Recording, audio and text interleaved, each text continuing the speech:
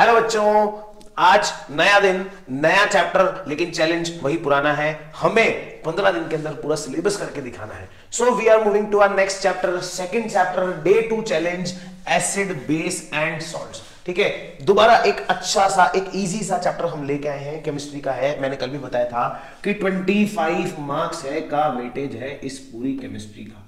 जो पूरी केमिस्ट्री हम देखने जा रहे हैं, ये पूरी केमिस्ट्री 25 मार्क्स की है। ठीक है, तो 25 मार्क्स का एक पार्ट हम कल पढ़ चुके हैं और सेकंड पार्ट ही हमारे पास है।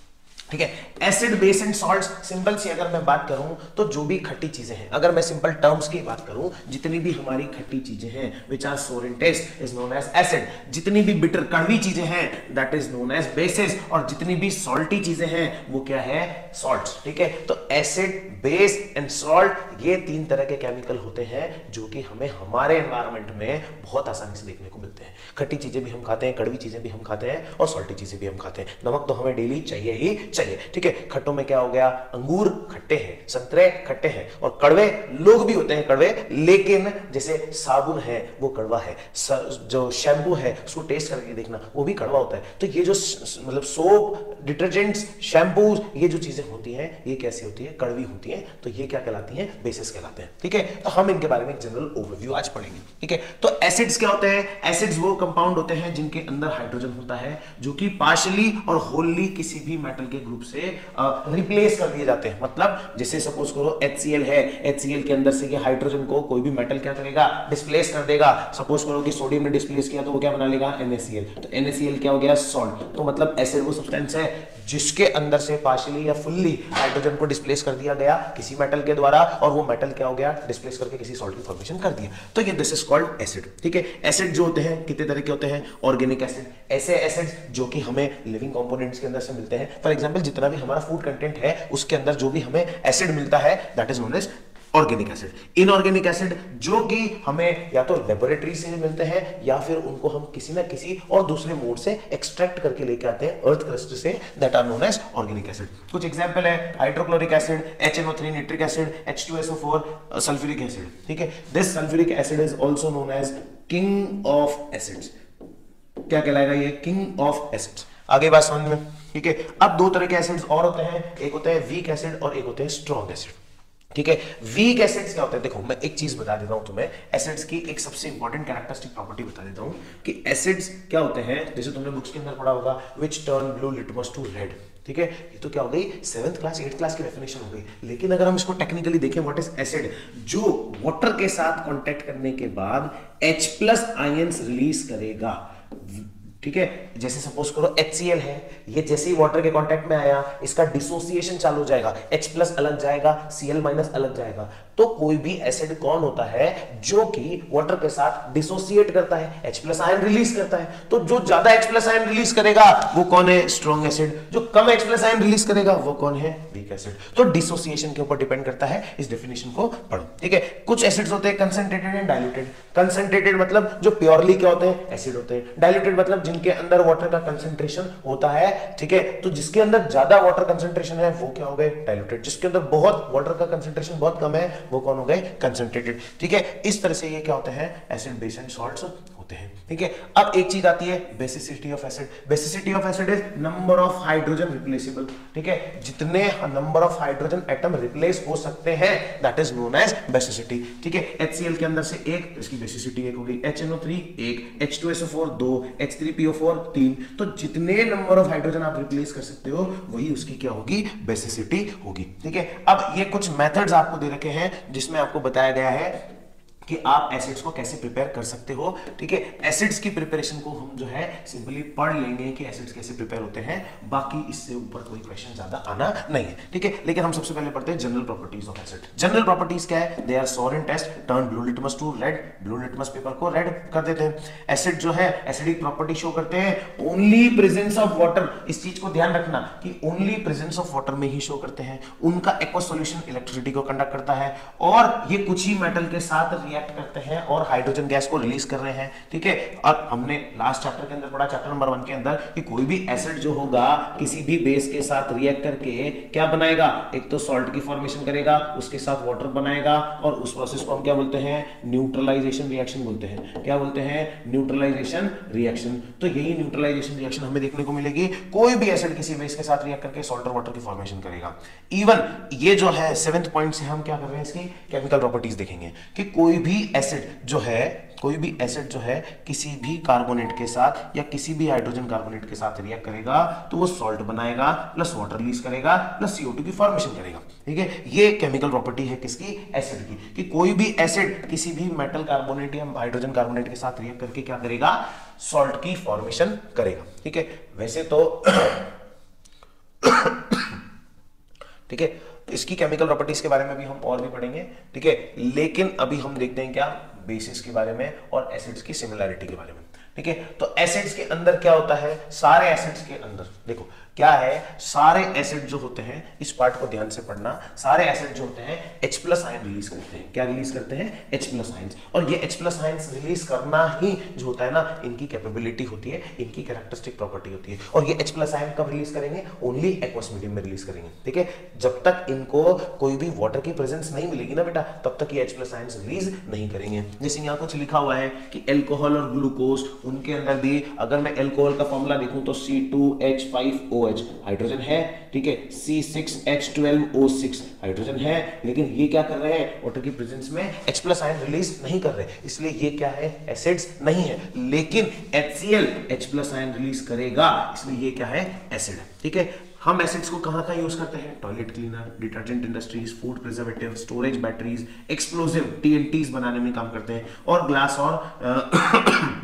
Glass industry, animal, leather industries में भी हमारे कई सारे इसमें काम आते हैं। तो ये क्या है, कुछ यूजेस हैं, इसके ऊपर एक इंपॉर्टेंट क्वेश्चन बन सकता है यूजेस ऑफ एसिड्स के ऊपर, ठीक है। तो यही कुछ बेसिक चीजें हैं जो हमें एसिड्स के बारे में पढ़नी पड़ेगी, ठीक है। इसके बाद हम आते हैं किस पे, बेसिस पे, ठीक है। एक मिनट,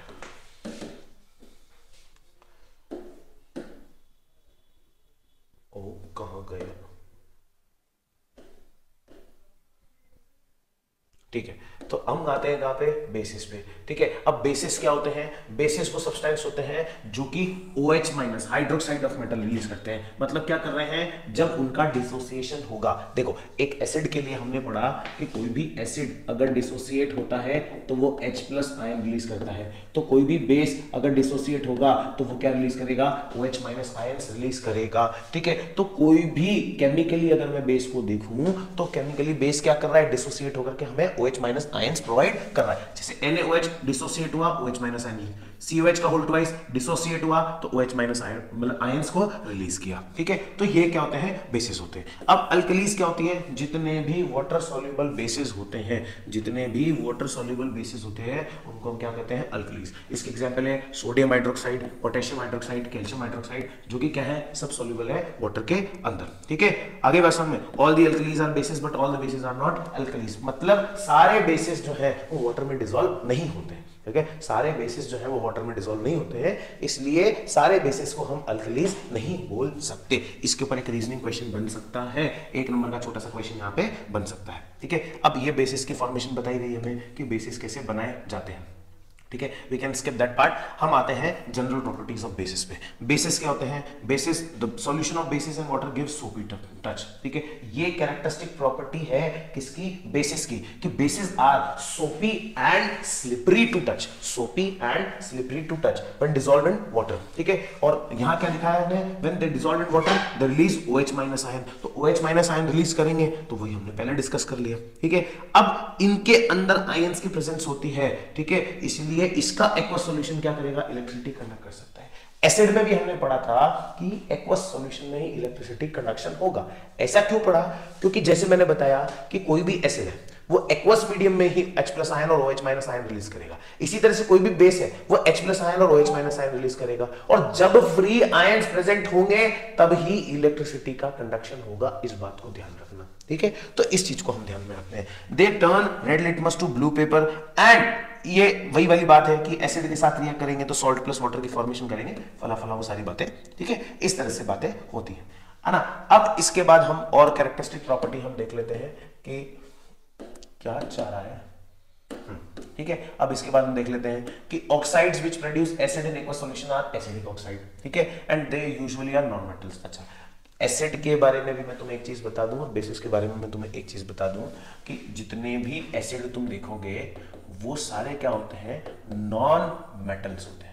मतलब वहां पे सारे नॉन मेटल्स मिलेंगे जितने भी एसिड, और जितने भी बेसिस हैं उनमें आपको क्या मिलेंगे, मेटल्स ही मेटल्स मिलेंगे। ठीक है, फॉर एग्जाम्पल NaOH मेटल है ना यहाँ पे, CaOH का होल ट्वाइस मेटल है ना यहाँ पे। लेकिन अगर मैं एसिड की बात करूं HCl सारे नॉन मेटल, H2SO4 तो ये भी नॉन मेटल। तो अगर हम ध्यान से देखें तो ये नॉन मेटल वाली कैटेगरीज होती है वो किसको बिलोंग करती है, एसिड को, और मेटल्स की कैटेगरी किसको बिलोंग करती है, बेसिस को। ठीक है, तो क्या बोला है उसने, oxide which produce acid in aqueous solution are called acidic oxide which are usually the oxides of non metal. Non metallic oxide जो होते हैं वही क्या करते हैं, बेसिस। तो acid oxide react with bases to give salt and water. जैसे यहां बोला हुआ है कि ये क्या है, बेस, ये क्या है, CO2 turning into sodium carbonate, और सोडियम कार्बोनेट के साथ वाटर की फॉर्मेशन हुई, और ये COH का होल ट्वाइस CO2 के साथ रिएक्ट करेगा तो कैल्शियम कार्बोनेट बनाएगा। ठीक है, तो इस तरह के हमें प्रोसेस देखने को मिलते हैं। अच्छा, यहाँ बोला है when base is heated with ammonium salt, ammonium gas, another salt and water example is produce. ये अगर किसी भी बेस को अमोनियम क्लोराइड के साथ क्या किया जाएगा, प्रोड्यूस किया जाएगा, तो हमें salt plus water plus ammonia gas देखने को मिलेगी। ये जो एरो साइन है ना बेटा, ये एरो साइन बताता है कि ये गैस उड़ गई।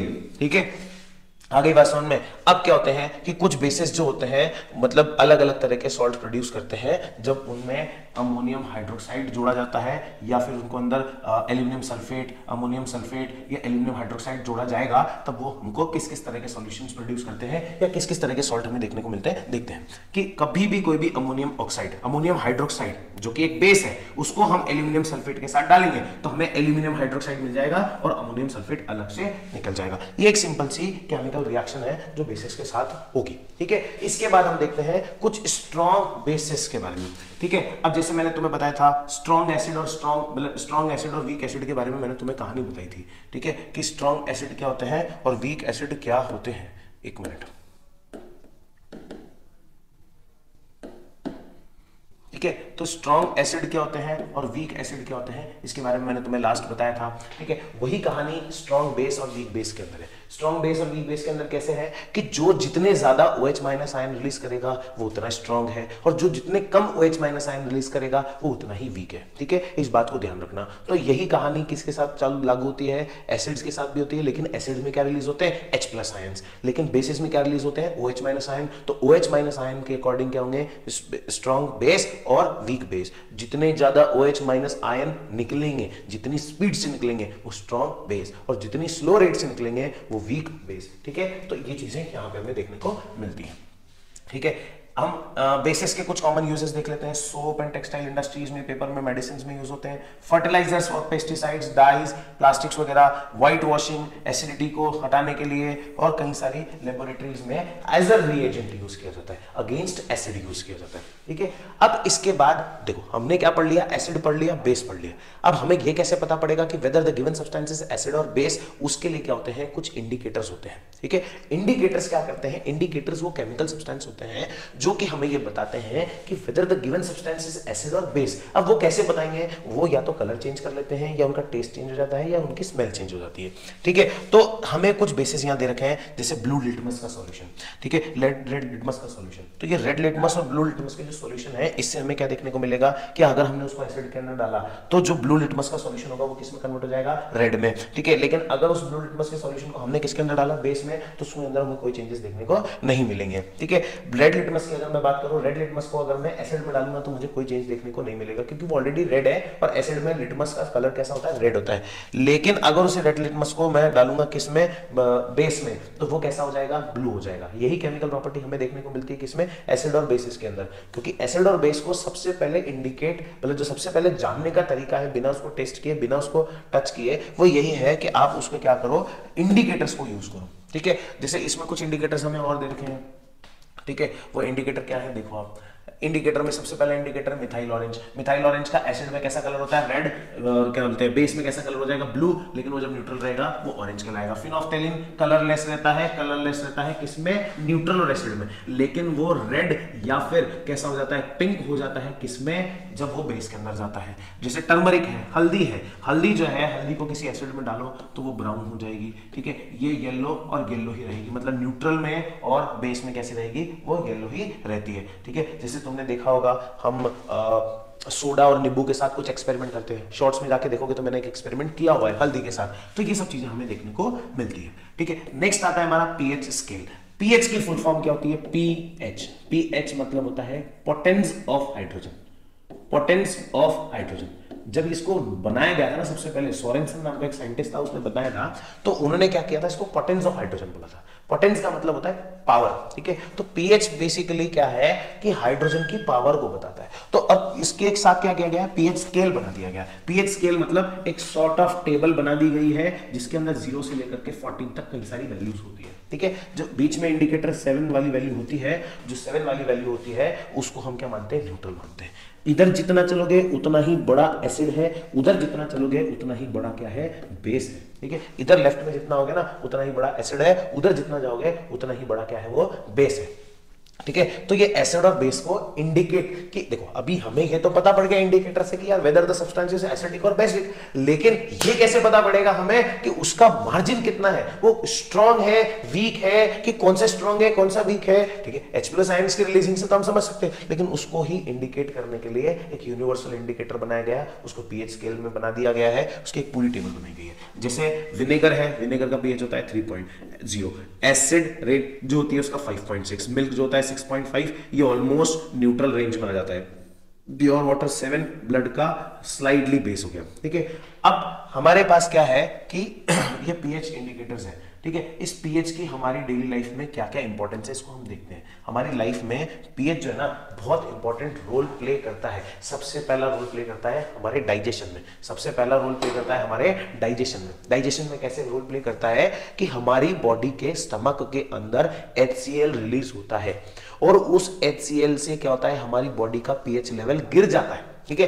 पीएच लेवल गिरने की वजह से देखो 0 से लेकर के 7 तक जो होता है वो एसिड होता है, 7 के 8 तक जो होता है वो न्यूट्रल कहलाता है, और 8 से लेकर के 14 तक जो होता है उसे हम बेस बोलते हैं, ठीक है। तो ये जो 0 से 7 की जो रेंज है ना, उसमें हमारा पीएच लेवल क्या होता है? गिरता है। और पीएच लेवल गिरने से क्या होता है कि स्टमक के अंदर पेप्सिन नाम की एक एंजाइम होती है जो उस लोअर पीएच में ही काम कर पाती है, हायर पीएच में वो काम नहीं कर पाएगी। जितनी लोअर वैल्यू होगी पीएच की उतना ही ज्यादा एसिडिक होगा, तो लोअर पीएच वैल्यू में ही उसकी वैल्यू क्या करती है? काम कर पाती है। तो HCl जो होता है स्टमक में डाइजेशन में हेल्प करता है बिना किसी हार्म के। कैसे? कि when the amount of acid exceed the certain limit cause pain and irritation. अच्छा, क्या होता है कि एसिडिटी होने लग जाती है जब वो एक एसिड जो होता है एक सर्टेन अमाउंट ऑफ लिमिट से आगे चला जाता है, तो हमारी बॉडी में एसिडिटी होने लग जाती है, हमारे स्टमक में बहुत प्रॉब्लम होने लग जाती है। तो हम क्या करते हैं? एंटासिड्स लेते हैं। एंटासिड्स मतलब एंटी एसिड्स, ठीक है, जिसे मिल्क ऑफ एग्नीशिया भी बोला जाता है। जैसे तुम डाइजीन वगैरह की पुदीना की जो गोलियां खाते हो that is basic, slightly basic, तो वो क्या करती है? उस एसिडिटी को कम कर देती है। एसिड जो होते हैं वो टूथ डिकेइंग का भी काम करते हैं। आपने मीठा खाया, मीठा खाने से बैक्टीरिया ने वर्किंग चालू करी तो वो एसिड रिलीज करेंगे। टूथ एनिमल कैल्शियम का बना होता है, मेटल एसिड के साथ रिएक्ट करेगा और वो क्या करेगा? सारी कहानी खत्म, दांत काले हो जाएंगे, सड़ते चले जाएंगे। कुछ एनिमल्स और प्लांट्स होते हैं उनमें भी एसिड होता है, ठीक है। जैसे तुमने वो देखा होगा मधुमक्खी जब काटती है वो उसका जो स्टिंग होता है वो एसिडिक होता है, वो येलो कलर का होता है, जो घूमता रहता है वो भी क्या होता है? एसिडिक। उसका जो डंक होता है वो भी क्या होता है? एसिडिक होता है, ठीक है। तो ये भी क्या होते हैं कि एसिड प्रोटेक्शन यूज करते हैं। फिर हम क्या करते हैं? कुछ भी माइल्ड सा बेस सोडा वगैरह लेकर के उसको हमारी जिस भी बॉडी पार्ट में उन्होंने काटा होता है उसको मतलब हम रब कर लेते हैं, तो उससे वो चीजें खत्म हो जाती है। सॉइल का पीएच जो होता है वो कैसा होता है? एसिडिक होता है। लेकिन एसिडिक पीएच होने की वजह से क्या होता है कि एक प्रॉपर ग्रोथ नहीं हो पाती। इसके लिए उसके अंदर जैसे ये क्विक लाइन वगैरह, स्लैग लाइन वगैरह है, ये चीजें डाली जाती है जिससे उसका पीएच क्या हो जाए? थोड़ा सा बढ़ जाए। जो लोअर पीएच होता है ना वो बढ़ जाएगा तो प्रोडक्शन अच्छा होने लगेगा। तो इस तरह की जो है चीजें हमें देखने को मिलती है, ठीक है। अब हमारा इसी के अंदर नेक्स्ट टॉपिक है क्या है? सॉल्ट्स, ठीक है। अब सॉल्ट्स क्या होते हैं? सॉल्ट्स को हम समझेंगे। सॉल्ट्स वो सब्सटेंस होते हैं जो कि एसिड और बेस की रिएक्शन से बनते हैं। जैसे NaOH HCl बना तो ये NaCl जो है कॉमन सॉल्ट बन गया, H2O हमें मिल गया। H2SO4 एक स्ट्रॉन्ग एसिड है, NaOH एक स्ट्रॉन्ग बेस है, Na2SO4 एक सॉल्ट बना, वाटर की फॉर्मेशन हुई तो ये न्यूट्रलाइजेशन रिएक्शन हो गई।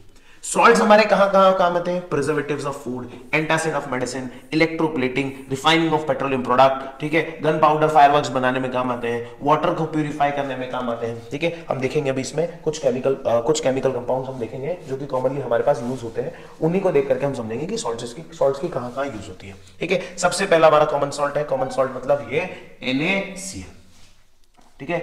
इस NaCl को समझेंगे,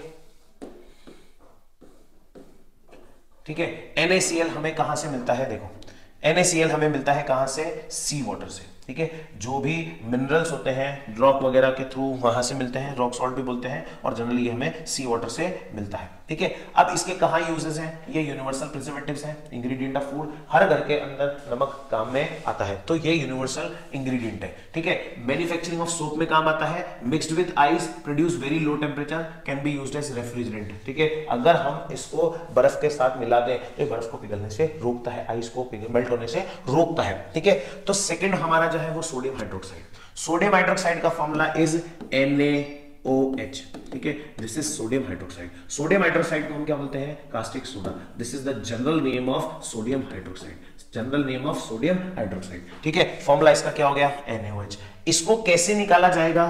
क्लोर अल्कली प्रोसेस से बनाया कैसे जाता है? क्लोर अल्कली प्रोसेस से। क्लोर अल्कली प्रोसेस से कैसे बनाते हैं कि यहां पे एक वर्ड यूज हुआ है brine. Brine is saturated concentrated solution of NaCl। NaCl का सैचुरेटेड सॉल्यूशन बनाएंगे और सैचुरेटेड सॉल्यूशन बना करके उसके अंदर इलेक्ट्रिसिटी पास कर देंगे।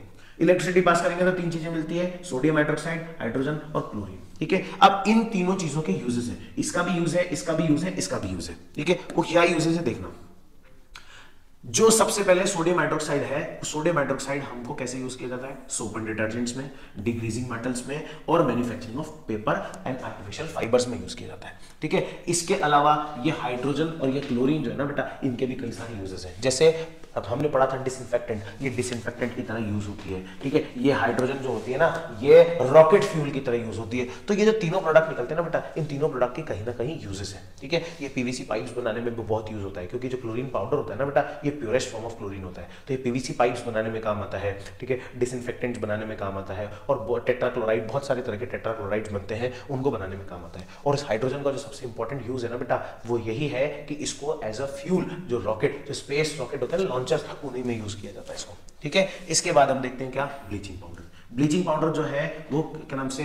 क्लोराइड ऑफ लाइम के नाम से जाना जाता है, और ब्लीचिंग पाउडर का जो फॉर्मूला होता है वो क्या होता है? CaOCl2, ठीक है। कैसे बनेगा? जब हम COH के होल्ड डिवाइस को क्लोरीन गैस पास करेंगे, मतलब ये जो स्लैग लाइन है, इस स्लैग लाइन के अंदर क्लोरीन गैस को पास किया तो हमें ये मिलता है CaOCl2। और ये जो CaOCl2 होता है, ये अमोर्फोरस पाउडर है जिसकी स्ट्रॉन्ग स्मेल होती है क्लोरीन की, जो क्या करता है, मतलब बहुत, अगर जैसे इसको बाहर रख दें तो इसमें क्लोरीन की गैस, क्लोरीन की बहुत बदबू आती है, ठीक है। जनरली इंडस्ट्रियल एरियाज में इस चीज को देखने को मिलता है, ठीक है। अब इसकी जो कॉमन यूजेस है वो क्या है? ब्लीचिंग एजेंट की तरह यूज होता है, वाटर को फ्री फ्रॉम जर्म्स, क्लोरोफॉर्म बनाने में काम आता है, और वुड को शिंक प्रूफ करने में काम आता है, ठीक है। इसके बाद आते हैं बेकिंग सोडा, ठीक है। बेकिंग सोडा क्या है? बेकिंग सोडा का फॉर्मूला है NaHCO3 सोडियम हाइड्रोजन कार्बोनेट, ठीक है, या सोडियम बाइकार्बोनेट भी बोलते हैं उसको। बेकिंग सोडा जो है उसका जनरल नेम क्या है? Baking soda, chemical name baking hydrogen carbonate, और उसका जो केमिकल फॉर्मूला है NaHCO3।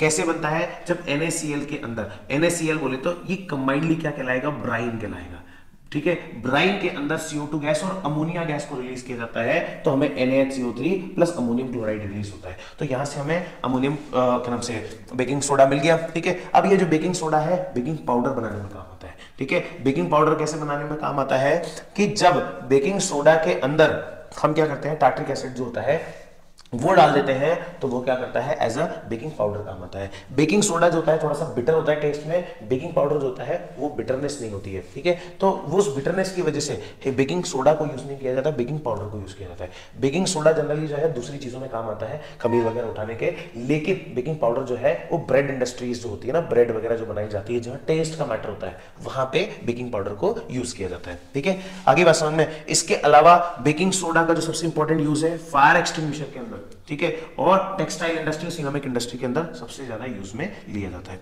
इसी सोडे की फैमिली से एक सोडा और बिलोंग करता है, that is known as washing soda, ठीक है। वॉशिंग सोडा का सबसे बढ़िया चीज है Na2CO3.10H2। There is a confusion always between baking soda and washing soda, लेकिन दोनों को याद करने का जो सबसे बढ़िया तरीका है वो क्या है, वाटर ऑफ क्रिस्टलाइजेशन जो उसके अंदर होता है, ठीक है। इस वाटर ऑफ क्रिस्टलाइजेशन की वजह से ही वॉशिंग सोडा जो होता है वो थोड़ा सा अलग हमें देखने को मिलता है, ठीक है। अब इसके बाद जो वॉशिंग सोडा है, वॉशिंग सोडा क्या होता है, सोडियम कार्बोनेट डेकाहाइड्रेट बोलते हैं उसको, क्या बोलते हैं, सोडियम कार्बोनेट डेकाहाइड्रेट। डेकाहाइड्रेट इसलिए बोला जाता है क्योंकि उसके अंदर 10 जो वाटर मॉलिक्यूल्स होते हैं वो होते हैं, ठीक है। क्लीनिंग एजेंट की तरह यूज किया जाता है, वाटर की सॉफ्टनिंग में यूज किया जाता है, ग्लास इंडस्ट्रीज में, ग्लास मैन्युफैक्चरिंग में यूज किया जाएगा, लेबोरेटरीज में रिएजेंट की तरह यूज किया जाता है, और फोटोग्राफी, टेक्सटाइल और पेपर इंडस्ट्री में इसको धोने के काम में आता है, ठीक है। इसके बाद वाटर ऑफ क्रिस्टलाइजेशन आता है। वाटर ऑफ क्रिस्टलाइजेशन क्या होता है, तुमने देखा होगा किसी भी फॉर्मूले के बाद डॉट लगा करके एक कुछ वाटर मॉलिक्यूल्स के साथ अटैच कर दिए जाते हैं, ठीक है। यही वाटर मॉलिक्यूल्स होते हैं, वाटर ऑफ क्रिस्टलाइजेशन मतलब होते हैं कि किसी भी केमिकल के क्रिस्टल के साथ कितने amount of water crystal present हैं, this is known as water of crystallisation, ठीक है। और सबसे इंपॉर्टेंट चीज जिसे हम बोलते हैं plaster of Paris. Plaster of Paris is very important. Plaster of Paris जो होता है जिप्सम से प्रोड्यूस किया जाता है, इसको तो याद कर लेना, ठीक है। क्या बोलते हैं, जब क्या बोलते हैं, ये 393 नहीं आएगा, 373 केल्विन, इसको या फिर 100 डिग्री सेल्सियस बोल लो, ठीक है। जब जिप्सम बोले तो CaSO4.2H2O को 100 डिग्री सेल्सियस पे हीट किया जाएगा तो CaSO4.12H2O देगा। इस हाफ का मतलब ऐसा नहीं होता है कि आधा वाटर मॉलिक्यूल होता है, एक्चुअली ऐसा होता है कि 2 CaSO4 के साथ एक H2O जुड़ा हुआ होता है, ठीक है। लेकिन उसको वैसे नहीं डिनोट करके ऐसे डिनोट किया जाता है। तो ये क्या होता है, ये हमारा क्या है, प्लास्टर ऑफ पेरिस। इसको शॉर्ट फॉर्म में हम क्या बोलते हैं, POP, ठीक है। इस POP के कई सारे यूजेस हैं, जैसे लेबोरेटरीज में गैप सीलिंग वगैरह में किसी भी कंटेनर को एयर टाइट करना है उसके लिए काम आता है, जो छोटे छोटे टॉयज स्टैच्यूज वगैरह बनाने होते हैं उसमें काम आता है, फ्रैक्चर हो जाती है ना, बोन्स, हड्डियां टूट जाती है, उसमें काम आता है, और वॉल्स और सीलिंग्स पर डिजाइन बनाने के काम में आता है, ठीक है। ये था एक क्विक रिकैप किसका, एसिड बेस एंड सॉल्ट्स का। ये जो पूरा नोट्स मटेरियल है ये तुम्हें क्या नाम से टेलीग्राम चैनल से या फिर इंस्टाग्राम पे आप रिक्वेस्ट हमें भेजेंगे तो आपको मिल जाएगा, ठीक है। सो कल तक के लिए शुक्रिया, bye bye, thank you so much, best of luck.